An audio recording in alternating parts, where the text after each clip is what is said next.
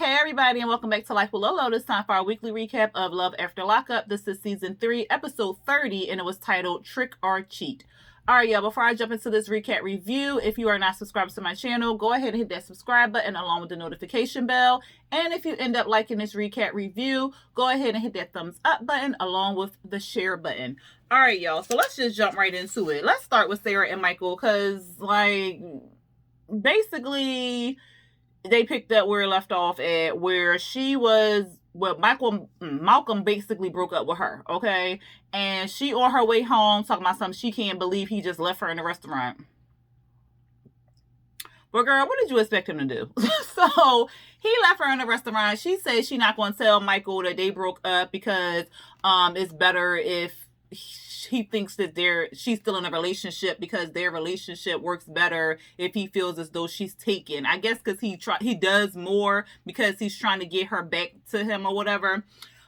She get in the house and she all smiles and stuff, and he talking about, well, how was your little fairy tale date? And she like, it was good. And he was like, well, I need to look you over and see what's going on. I need to smell you. I'm like, smell you? I know he wasn't talking about smelling her vagina or something. And then she was like, well, if you want to know, we fucked, just ask me if we did it or whatever. And he was like, well, did you? She was like, yeah, over and over again or whatever. And so he was like, well, you just cheated on me. And then they do all this little stupid stuff. And then basically they go back in the bedroom and they bow chicky wow wow. Okay, that's what they did, child. That's what they did. That's what they did. It was. Why are they here? Why are they on the show?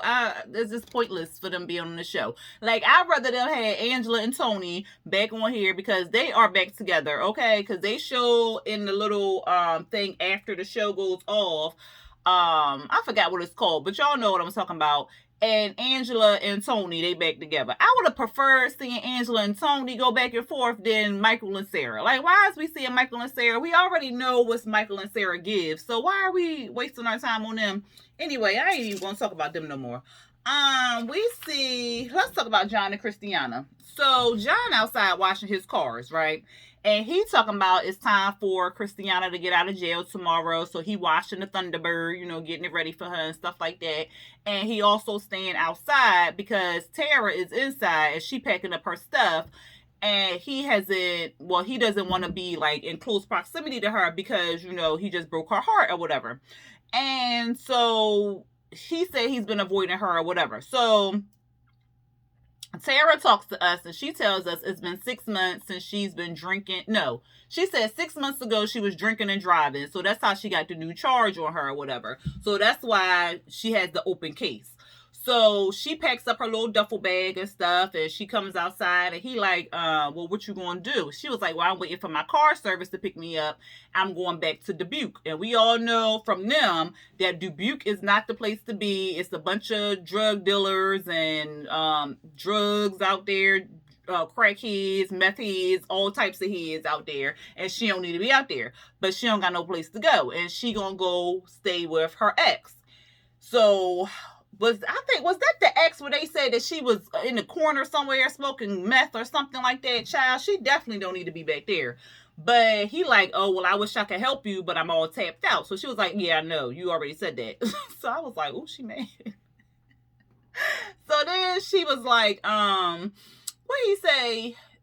He said something. Oh, she was like, well, I don't understand how he keeps saying he tapped out. But yeah, he got a new car. He buying a new pool. He getting new furniture. The house getting fixed up. Where he getting all this money from? Like, he was in jail for fraud. So, I said, oh, is she insinuating he back in his old habits?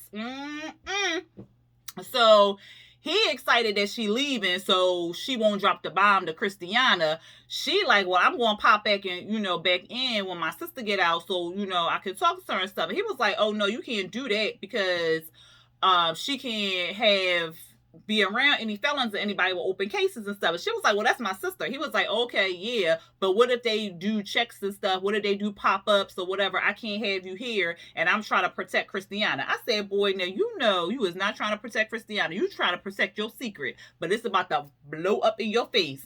So she was just like, all right, whatever. I'm out of here. So she was like, where my car service at? And she tells us, like, oh, I'm gonna let Christiana settle down a little bit. When she gets settled, I'll be back. I said, oh, Mm-mm. That's gonna be a hot mess. Do you hear me? Brittany and Marcelino. So we see recaps of well, not a recap because they just picked it up where what's her name? Cindy was talking to the mom, and the mom was being like a whole ass or whatever. And we see Cindy outside, and then we hear Brittany telling us that Jackie has been abusive all her life. So all she known is Jackie been abusive physically, emotionally to her mother, and her great grandmother, Jackie's mom, was the same way. So it's a generation type thing. And she says that she's trying to break the generation curse or whatever. And she says that that's why she's bringing her mom there. So, you know, her mom can kind of break the curse and stuff like that. Brittany's outside and Cindy's like, I knew she wasn't going to confess to anything. I knew she was going to act like she ain't know nothing. I knew it. And Brittany like, I heard her, you know, but you don't need her to validate you. You just needed to get that off your shoulders and get that out and let her know how you was feeling so you can heal from that. Like, you just need to let that go or whatever. And just, you know, let it go. So Marcelino, he hugs Cindy and, you know, consoles her and stuff like that. And he like, well, I understand, you know, what Brittany's trying to do, but this whole coming together with everybody can be like a double-edged sword. It can make her better or it can harm her. Like, she can run back to the drugs so she can forget it all. So he just hopes that, you know, she does the better or whatever. And the babies was in the back seat talking about grandmom and stuff. So hopefully all of this will, you know, propel her to go into the right direction. Then it's the next day. We see Marcelino, Brittany, the kids. They got on this camo and stuff. They look real cute. They was matching and stuff. And they asked Cindy how she's doing. And she said she's feeling real good. She hasn't felt like this in a long time. She felt like she was going to feel a different type of way. But she really feels better, like really relaxed and stuff. And she says she's excited for the day. So we find out that Brittany's stepdad, or you could basically say her dad, is coming. So she's excited that, you know, the kids are excited, grandpa on the way or whatever, so they're excited. And Brittany like, oh mom, I see you got on makeup. Oh, I got too much on. What's going on? She was dialed up for the ex, okay? And so she was like, well, you know, he's bringing Shannon or whatever. She was like, oh, okay, I'll try not to be no dramatic or whatever. So the dad, Brittany tells us that the stepdad came into Cindy's life when she had 3 kids, and then they had 2 kids together, so 5 altogether, but he treated them all equally and stuff. And, you know, that's basically her dad and stuff. And I guess he had a drinking problem, but once he became a father, he gave that up. So he changed his life and stuff. So that was really good. The grandpa comes in, he's taking pictures with the kids and stuff, and then Cindy says hello. She says hi to Shannon. You know, she's sitting there talking and stuff, and then Brittany's dad takes Brittany outside, and he like, it was good to see you or whatever, but what you bring your mama here for? I say, Lord. So he basically tells Brittany, like, she got a problem, like, she will bring you down, like, she can be a problem for your recovery, for your marriage, and for your life or whatever. She is a burden, basically. And Brittany was like, well, I'm all she has. And I brought her here so she can face her demons and get on a better track or whatever. So he was like, all right, well, I don't want her to influence you and influence your family and stuff like that. And Brittany, you know, she said she got it under control. The dad was like, look, protect yourself and your children, okay? Do that. So I said, And then we saw like a little scene with Gio and Marcelino, and it looked like the grandpa was there fishing. I thought that was real cute. Child, Lacey and Shane. Oh God, we didn't really see Shane. We saw Lacey, okay?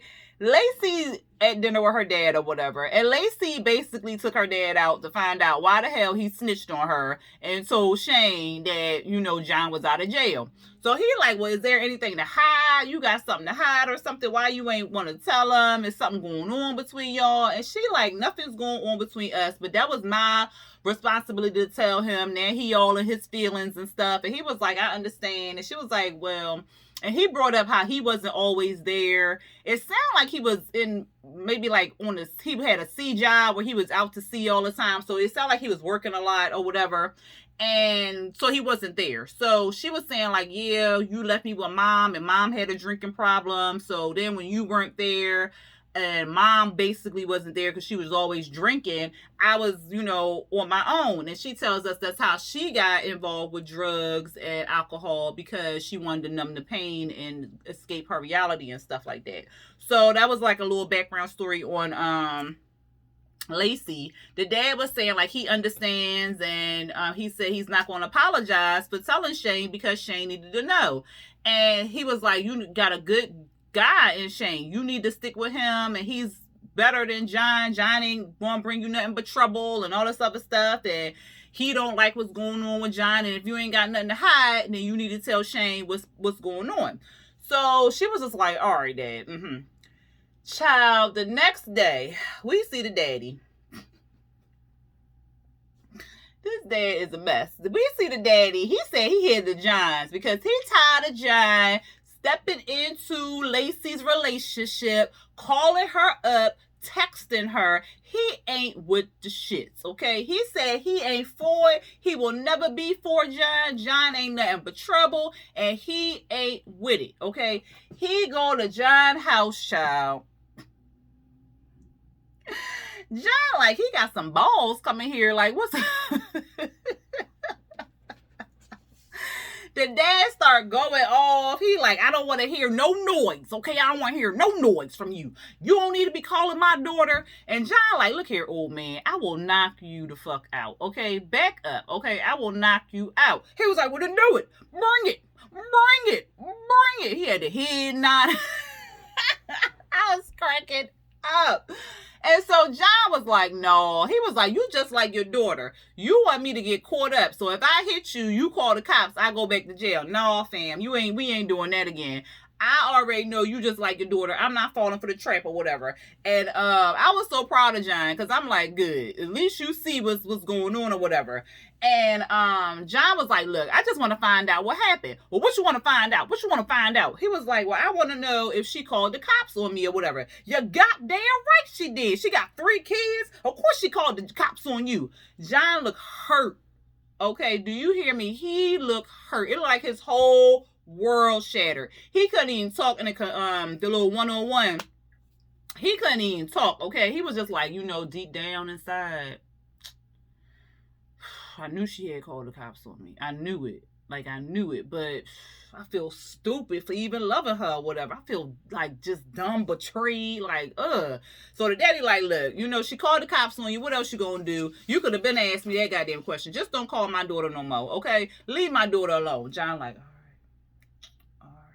then the daddy walk off. So hopefully that'd be the last of John stalking them, because now he got his answer. He already know for sure that Lacey called the cops on him. So hopefully he'll just leave it alone and move on, get him a new boo thing, and get on with his life or whatever. But child, who knows? Puppy and Amber. So they in the car, they driving, and they talking about Vince. So they headed to an attorney's office, and they telling the attorney the story or whatever. So the attorney looking at the paperwork like, so what you want to do about this? She was like, well, I don't want to be adopted by him anymore or whatever. She was like, well, it looked like the way this paperwork is written, it looks like you're his heir or whatever. And she was like, what? She was like, yeah, so if anything happens to him, you would get everything that he owns or whatever. So she looking like, what? I said, not the weird smile. So then she was like, well, can I sue him for back child support or whatever? She was like, no, you can't do that. You can't sue him for back child support. And she was like, well, did you get any paperwork or whatever? And she was like, well, I never got any paperwork to sign up for him or whatever. And he told me he could claim me. No, he told her he couldn't claim her. He figured out he couldn't claim her or whatever, and because she was still in jail. And the lady was like, well, no, that's not how it works or whatever. And she knew, because she was like, oh, was he trying to claim you for like military benefits or whatever? So the lady knew. The lady was like, well, he ran a scam on them while she was in jail or whatever. And Puppy was like, well, I didn't sign anything. She was like, well, for this to be legal, like, you had to petition something in Georgia for it to be signed. She was like, well, I don't think I signed anything. So how can I find out? She was like, well, you need to petition the court to get the paperwork to see if your name was on there. And if he forged your name, you can sue him for whatever, and for forgery or whatever. So she was like, all right, well, how much would it cost if I took you on to do the case or whatever? She said $15,000. Puppy was like, 15,000. She was like, all that, we might as well just knock him off, like kill him. I said, girl, no. And so I think they was at the restaurant. So they went to go to a restaurant or whatever, and they were saying they had a lot to figure out or whatever, and pretty much find out like what he has, what he's doing and stuff. And Amber pretty much is ready to be done with Vince. She's ready to be done with the whole scam and things, because they was trying to scam him. He was scamming them. So they both was scamming each other. And Amber's pretty much done with it all. But Puppy is making it her mission to pay Vince back or whatever. So she like, well, I need to get a copy of the petition, and I'm going to just hit him up. I'm going to call him up and ask him, like what's going on, and see if he go and put in this paperwork to get this adoption rescinded or whatever. So they call him up. He answers the phone. She like, hey, daddy. He like, who this? I said, well, how many kids he got? Or maybe his girlfriend called him daddy. I don't understand that. I told y'all that already. I don't understand that whole thing. But anyway, like, why would you want to have... I'm not even going to go there. But anyway, he like, well... Because she was like, this Puppy, or Michelle, she said Puppy. And he was like, okay, well, what do you want or whatever? And she was like, well, I need to make sure that you handling this paperwork for this adoption. Like, what are you doing with this paperwork? He was like, I'm not doing anything with it or whatever. So she was like, well, I need you to do something with it. And he was like, no, you just want me to take care of it because you can't take care of it. I told you I don't want to talk about this no more. And the way you talking to me is disrespectful and all this other stuff. And I'll take care of it when I take care of it. And I don't even want to have this conversation no more. And then he hung up the phone. I said, oop. And so, Amber was like, well, no, not Amber. Puppy was like, well, we need to let him know that we got this paperwork. He forged my name. We need to blackmail him or whatever. And Amber is like, look, I am not doing that. I'm not blackmailing nobody. Well, I'm not trying to go back to jail. She is hard fast on not going back to jail, and I don't blame her or whatever. So, oh yeah, he said during the phone call, he feel like Amber and Puppy shysted him. He was like, I feel like y'all shysted me or whatever. And it was like, shysted you or whatever. And y'all did. Y'all pretty much did try to run a scam on him. We saw y'all. You, Amber, wanted to hook up with Vincent. So this was all a plan with the mama, Puppy, and Amber to get this man's money and all this other stuff. Like, y'all did try to shyst him, but unfortunately, y'all didn't get anything. He, I'm assuming, got benefits and stuff for them, or for her, I should say. And so he ended up on the winning end of the scam versus them on the winning end of the scam. So, like I said, Puppy still want to get after Vince, and Amber pretty much over it. And I'm like, look, y'all all just need to be over it. Just try to get this. You only got $15,000. He need to rescind the adoption, but he not, because if he getting benefits from this, he not gonna, child, if he getting an extra $500 and something dollars or $550 in his check, he is not trying to rescind no damn adoption. But what he need to, because if they got that paperwork that say he forged some shit, he can go to jail. So, let me make sure I got everybody before we get to Destiny and Sean, child. I said John and Christiana, Brittany, Lacey, Puppy. I said Sarah. Okay, because y'all know I will forget somebody quick and then be like, oh shit, I forgot something. So Destiny and Sean, child. So we pick up back at the courthouse or whatever. So she talking about you was just a trick to me, and if you don't get away from me, I'm gonna beat your ass and stuff. And he like, well, hit me then, hit me. So she like, look, everything you put me through, you gonna pay for it or whatever. And she walking away, and she telling him that she want him to leave, and she want her space and stuff. And And he like, well, I'm just trying to feel you out and see what's going on, or whatever. You're gonna feel my punch in your mouth. That's what you're gonna feel. He was like, what?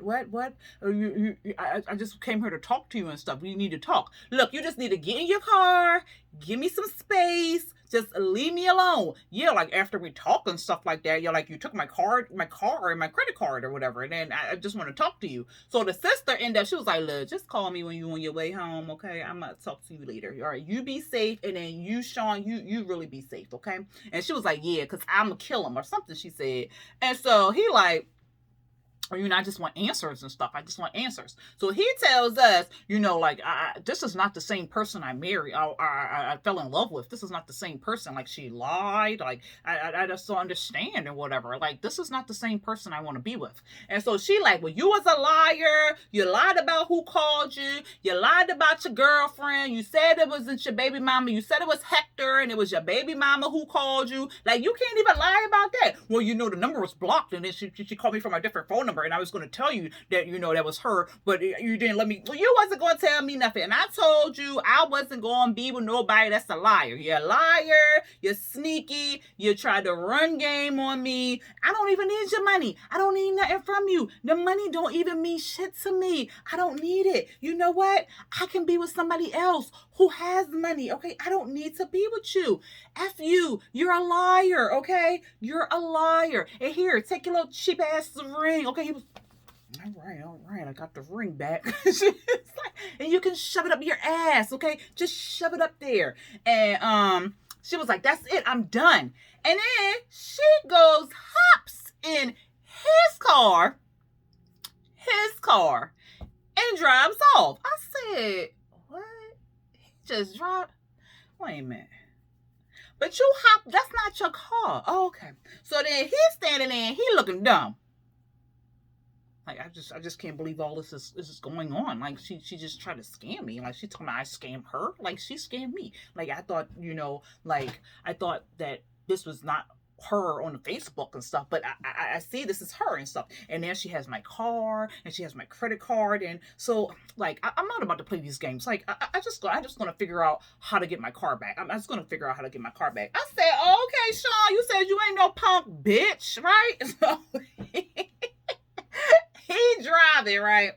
He was like, well, I got the ring, I canceled the cars, and I'm on my way to get my car back. I'm on my way to get my car. And I got the address because they ordered pizza. So I know where she's at. I know where she's staying at and whatever like that. And I just didn't think she still had that much hatred for me. I didn't see that. I didn't see that. I think she scammed me, but she thought I was really naive and stuff. And now I see that she scammed me. I said, oh, now you see it. Oh, okay. All right, Sean. All right. And so he was like, okay, there go the house right there. Because he got on the block and stuff. He said he don't know who lived there. It could be her boyfriend or whatever, but he not worried about all that. So he drives down the block a little bit and then hides behind like a tree, but he can still see the house. So he was waiting for her to pull up because he beat her over there. Well, I guess she went to the store or something, child. Who knows? But he beat her there. So he waiting to see when the car gonna pull up and then he gonna call a tow. So he sees the car pull up. She backs into the parking spot and stuff like that. And he ends up calling the tow place or whatever. It was like, I need to get this car towed. I'm at such and such address and I don't know what I'm gonna do with it, but I may be stored at the dealership or somewhere, but I need to get this car. The dude was like, all right, I'm an hour away. He don't know if she cheating on him or nothing like that, but he not even worried about the $50K. I said, what? He said he just wants his car right now and he don't want her no more. He done. I said, oh, okay, Sean, you finally grew a set. All right. And that was pretty much the end of the episode, y'all. Y'all let me know what y'all thought about last week's episode. I'm about to get on here and do this present week's episode. So I'm going to be all caught up with Love After Lockup. All right, y'all. If y'all not subscribed to my channel, go ahead and hit that subscribe button along with the notification bell. And please hit that thumbs up button and the share button. All right, y'all. Until next time. Peace.